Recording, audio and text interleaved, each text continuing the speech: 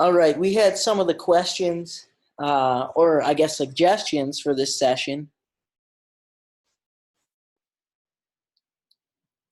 Odd news. I guess there's going to be some odd news in about 25 minutes or so. Reversals versus retrend. Could you maybe kind of specify that a little bit better, Tuck? What would a retrend be, or did you mean retest? PFLS. How to know the valid ones. PFHS. Peak formation lows and peak formation highs, I'm guessing.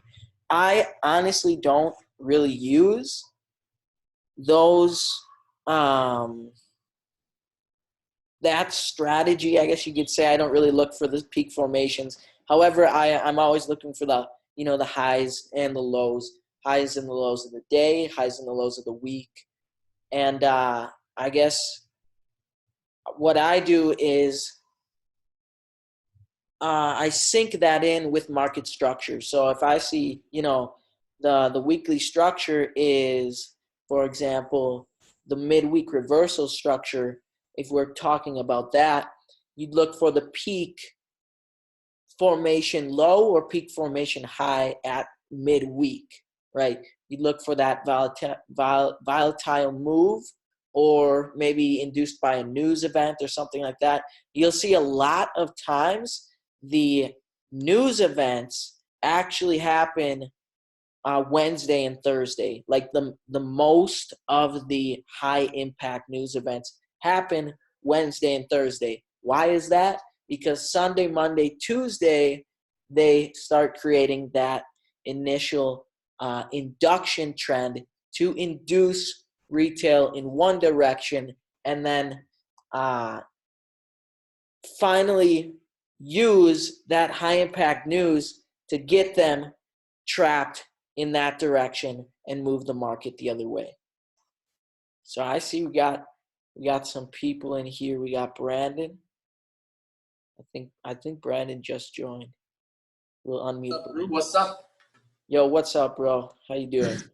I'm good. All right. I see we got Golden Pips in here as well, bro. Yep. And Elwin. What's up, people? What's up?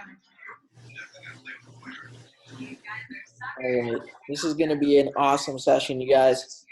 Going to go over those who control the banks.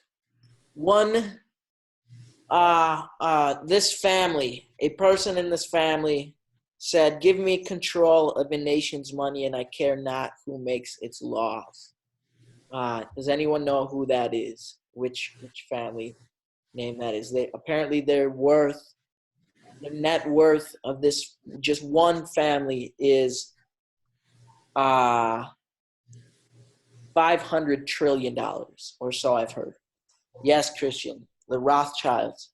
So we're going to look into that a little bit. Some on here might think it's not relevant at all to this. However, to have an understanding of how the markets are manipulated, we have to see how it's controlled, the way it's controlled, who is controlling the markets, the monopoly that they actually have on the system itself. So here's a complete list of banks owned and controlled by the Rothschild. All right, the Rothschild, once again, is a family, a very wealthy family that got most of their wealth by taking over the railroad systems back in the day, taking over also like the oil supply, all that stuff. They got massive sums of wealth because of that, and basically created monopolies all over. And this is one of their monopolies. They have a monopoly on central banks all around the world. So, and it's funny because basically any country that doesn't have a central bank in it is a country that's being attacked right now, or has trouble with like terrorism. So here's a massive list. You guys can see. I actually live in Costa Rica. Costa Rica Central Bank is also on here. I'm sure just about every country's central bank is on here. The Fed, the FED, and the IRS, Federal Reserve, is actually a privately owned company. So I'm not going to go super far into this, but I do recommend you all check out this, do your own research into this. The Federal Reserve is actually sitting on a patch of land inside of the United States called Washington, D.C. Now, Washington, D.C. is part of the District of Columbia. So it's technically not. It's technically its own state. They fly their own flag apart from the United States flag. They actually fly their own flag, and it's technically immune to the laws that reside in the United States because they are technically not part of the United States. And it's funny because, for example, the White House and the U.S. Capitol is in Washington, D.C. So we're here looking at this massive list of central banks owned by one family. Now, we're going to look into the Bank for International Settlements. Now, this is a bank for central banks, all right? So the Bank for International Settlements is an international financial institution owned by central banks, which fosters international monetary and financial cooperation, and serves as a bank for central banks. So there's over 60 central banks within this, their control of this one central, this one bank. Very, very few people actually know this bank even exists. They control 95, listen to this, 95% of the world's GDP, okay?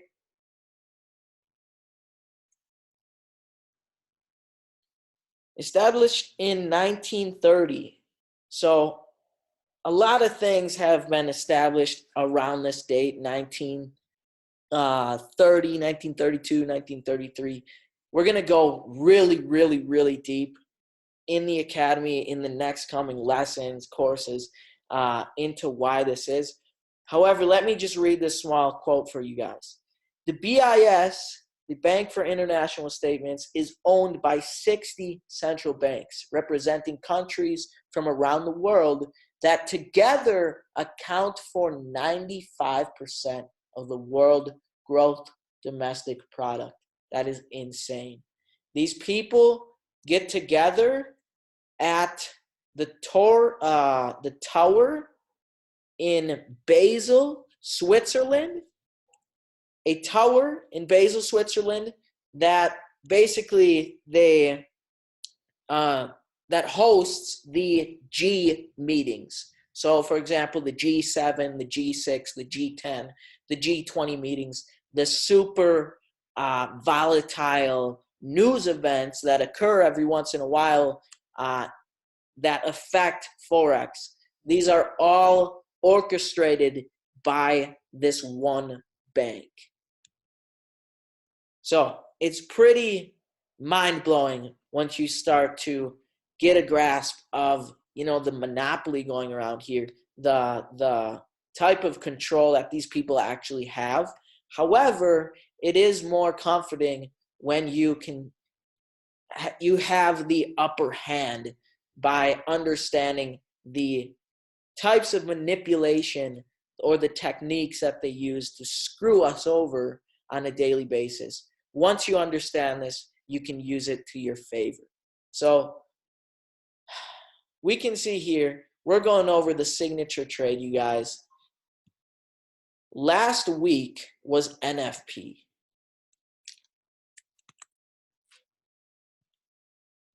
NFP obviously happens on a Friday. This was a Friday. And this massive move happened on the USD-based pairs.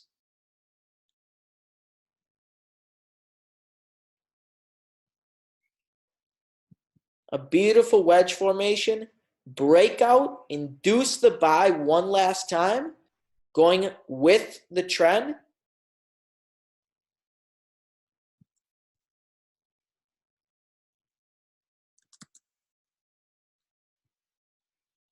And what happens? They trap all the buyers right at the high and close the market off. Then use the rest of the week, the rest of the following week, to drop the market against the trend traders, against the retail herd that was induced by this massive move. So understanding how this works, the structure, the days of the week, you can have a better understanding of what will happen. So we know that trends are created to induce retail traders. If there isn't a reversal or a reversal type formation occurring Wednesday or Thursday, then most likely it'll happen Friday. That is if the trend continues and continues Sunday, Monday, Tuesday, Wednesday, Thursday, Friday, like we're going to see here the previous 2 weeks. So Sunday, Monday, how do I know this is Sunday, Monday? Because there's a gap right here. Sunday, Monday, Tuesday, Wednesday,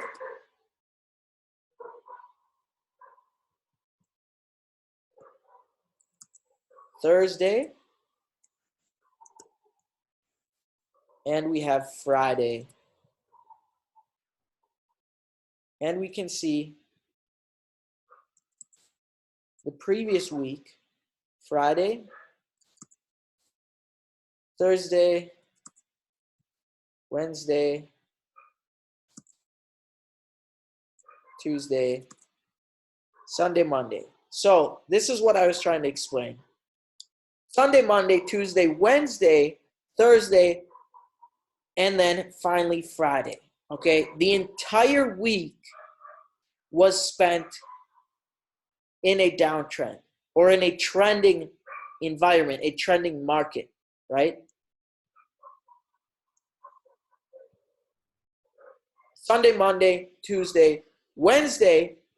Wednesday looks like they started to create that low, and it looks as if it was actually kind of like a head and shoulders pattern as well.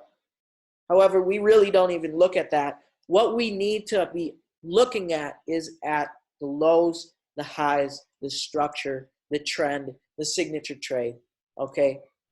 Wednesday, they started to create the low. Thursday, they stop hunt the low.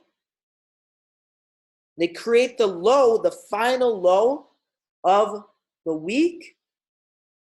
And Friday, Thursday into Friday, they start creating that signature trade setup. All right, what's the best part of the signature trade? You can literally see it before it happens. They give you the keys. So they broke out of this trend line, this upper trend line, to get retail to buy as if it was actually going to go up that one last time. Hit the stops. This is the advanced variation of the signature trade, where they fake out first and then they come down and go back up. So create the wedge, fake out, induce, also hit the stop losses of buyers, and reverse the trend. Reverse the trend the entire rest of the next week, okay? And you can see they literally copied and pasted what they did, but inversely. So Sunday, Monday, Tuesday, Wednesday, Thursday. Wednesday, they created that high. Wednesday, they create the low. Thursday, they didn't come up and spike the high like they did here, the low. However, they did Friday. Why? They were still making that wedge formation to induce retail traders to buy NFP, buy into NFP. So as soon as there was enough liquidity, what happens? Boom. This happened across a lot of different pairs. AUD USD as well.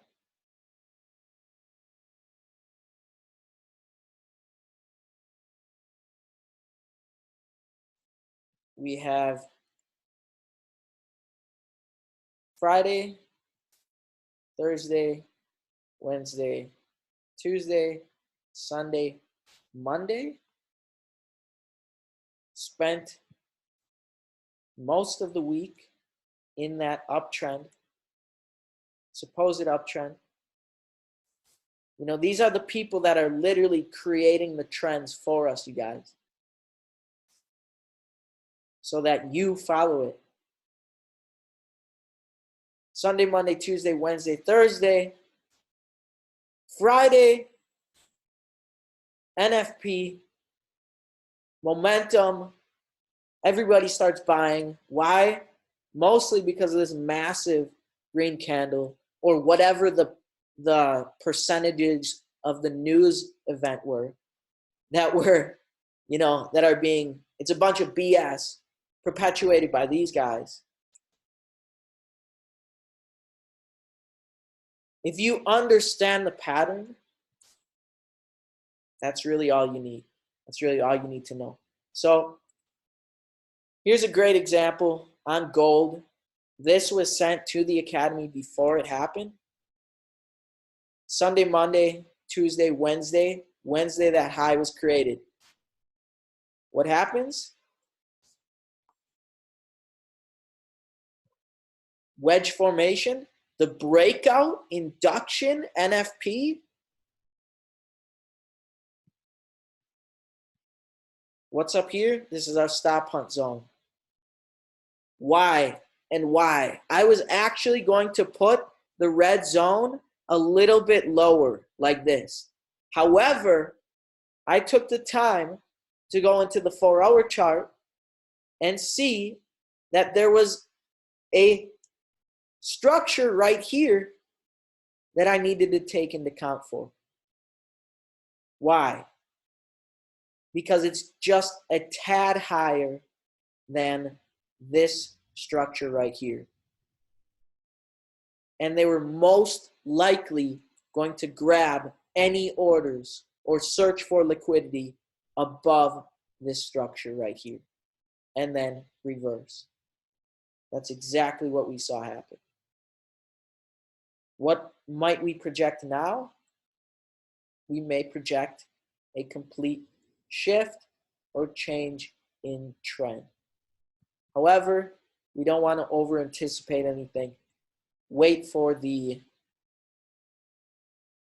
obviously we want to wait for the structure to play itself out, whatever that may be. You know, whether it's a consolidation, problem, reaction, solution.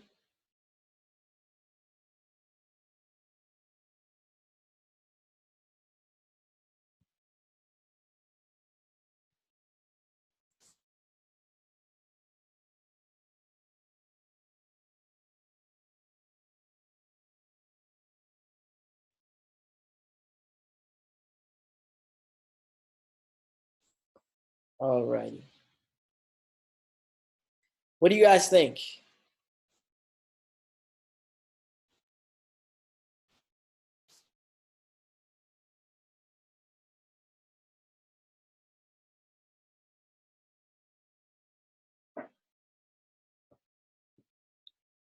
Yo, Brandon, yeah, feel free to unmute yourself. Or, I don't know, maybe I might have to unmute you. There you go, bro. All right. All right. So the NZD USD that you just shared, can you go back to that for me quickly? Sure. Right. It's so interesting. Like, people literally like don't understand just how in tuned my style of trading is to yours. People really don't understand it until they like literally see what I'm about to show you. Right. Well, I know you know this, right? But so on NZD USD, right now, as everybody would know in here, I am a structured trader, but I use one extra confirmation or confluence, which is the EMAs, right? And uh, I know that Dylan doesn't use EMAs as he doesn't need them, right? But me personally, I do. So Dylan, just can you do me a favor? Can you just put two moving averages on your chart for me quickly? I want the 48 and the 96.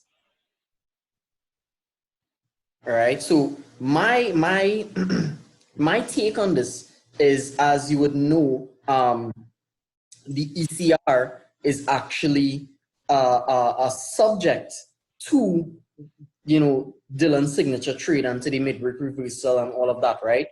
And long story short, I say this hundreds and hundreds and hundreds of times. The most profitable ECR will always happen after an M, a W, a signature trade, or midweek reversal, right? So as Dylan said, when he finishes like putting it on his chart and stuff, you would see. So go back to the very same W that you just shared, right? if you look, right? So you know that a W would have been created, right? So let me see if can I take control of the screen? Yes, I could. Oh, man. I had no idea you could do that. That's crazy. Right? All right. So if you see right here, you know that right here, this would have been the creation of the absolute low, right? So this would have been the first low, this would have been the absolute low, right? It's the lowest low for the week, lowest low, I believe, for the month as well. I'm not 100% sure, but it's the low, right? Price would have gone up, right? And created this fake push, this fake momentum to, again, as Dylan said, induce buyers, right? Now, what did I just say? The most profitable ECR happens after an M or a W, right? So if you're seeing the W here, this push actually happened before the W was completed, right? This push happened before the W is completed. And as the W is completed, what happens with the moving averages? What happens with the cross?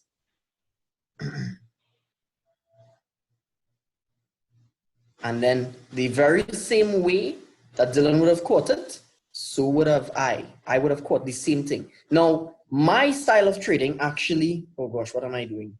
All right, take back control, Dylan. Let me just see.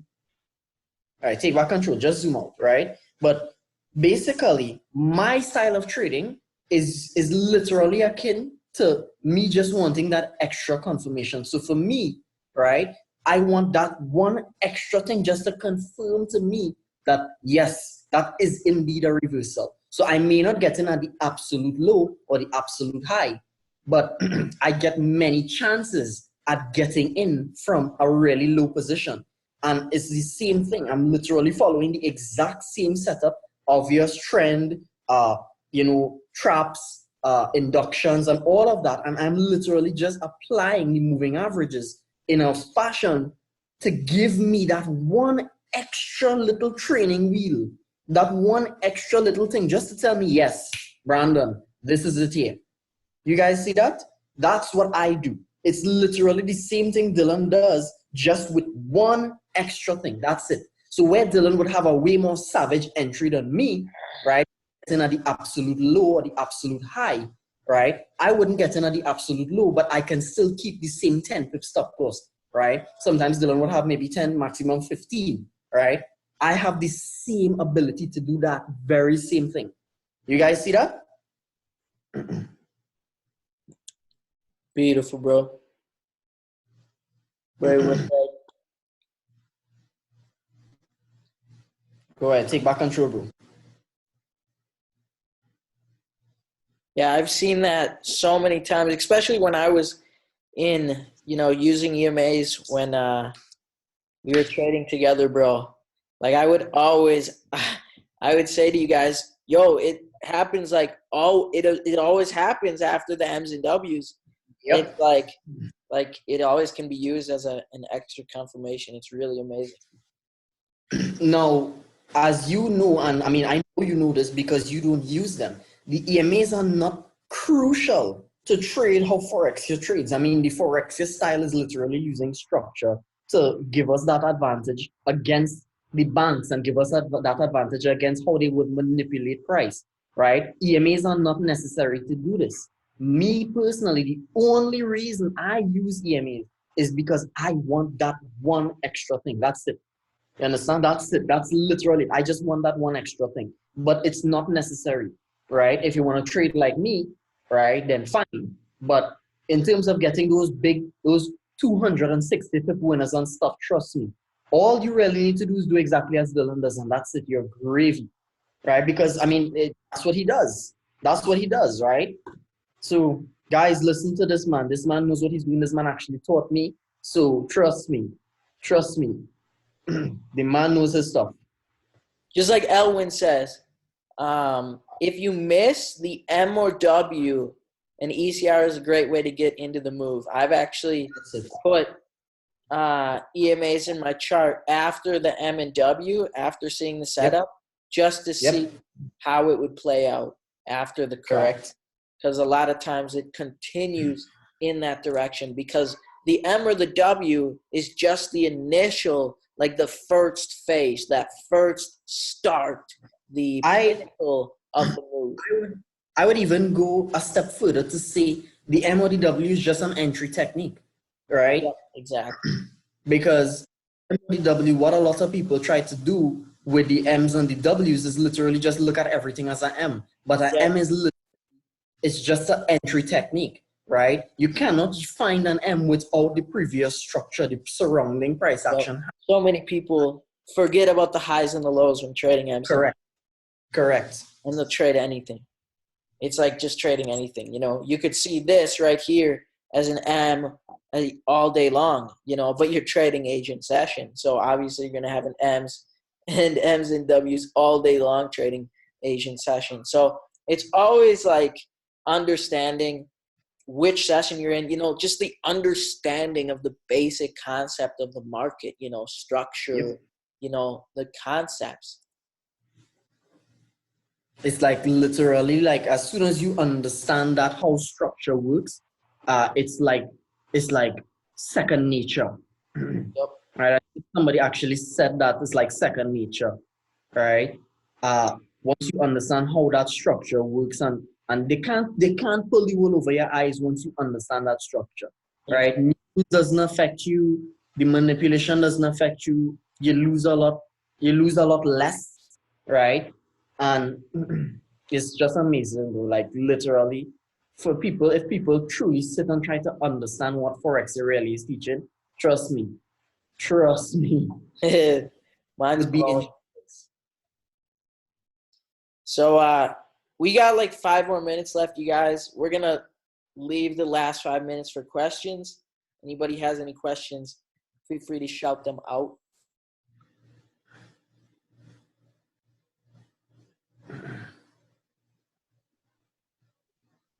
AUDC.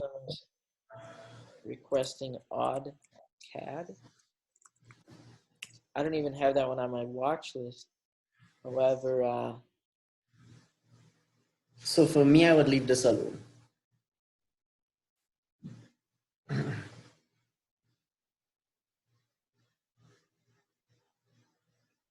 For me personally, I'd leave that alone. Nothing about that says anything to me right now, so I don't have any like bias or anything like that.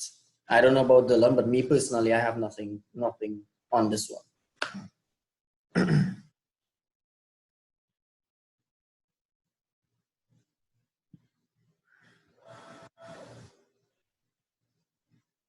I would personally be looking or waiting for something like this. Just remember, there's news in like 2 hours. Oh man, okay. There's AUD news in like 2 hours. Yeah, we may see. I'm actually expecting sells for, well, all the AUD related pairs as well. But this one in particular doesn't give me much. It isn't giving me much to work with.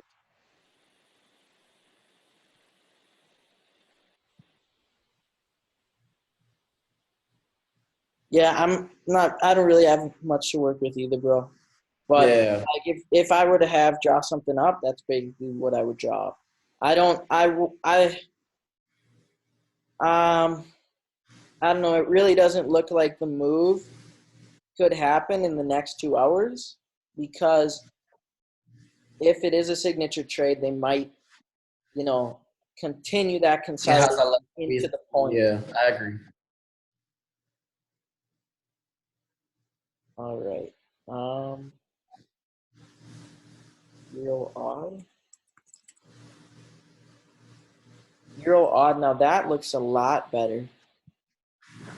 Actually looks like it's gonna push up Yep. aggressive. Really aggressive, especially due to that consolidation. Yeah. As the market really only has two states, and right now it's in one of the states, which is consolidation. The only thing it can do from now is the other state.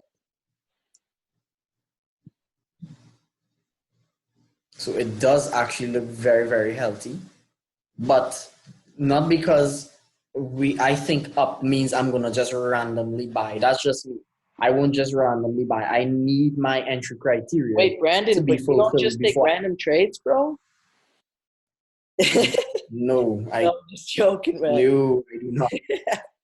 No, I did a vote on Instagram, like something like, how many people just take random trades just to be in a trade? And it was like 60 or 70% of the people voted yes. Like I'm And like, what? You guys?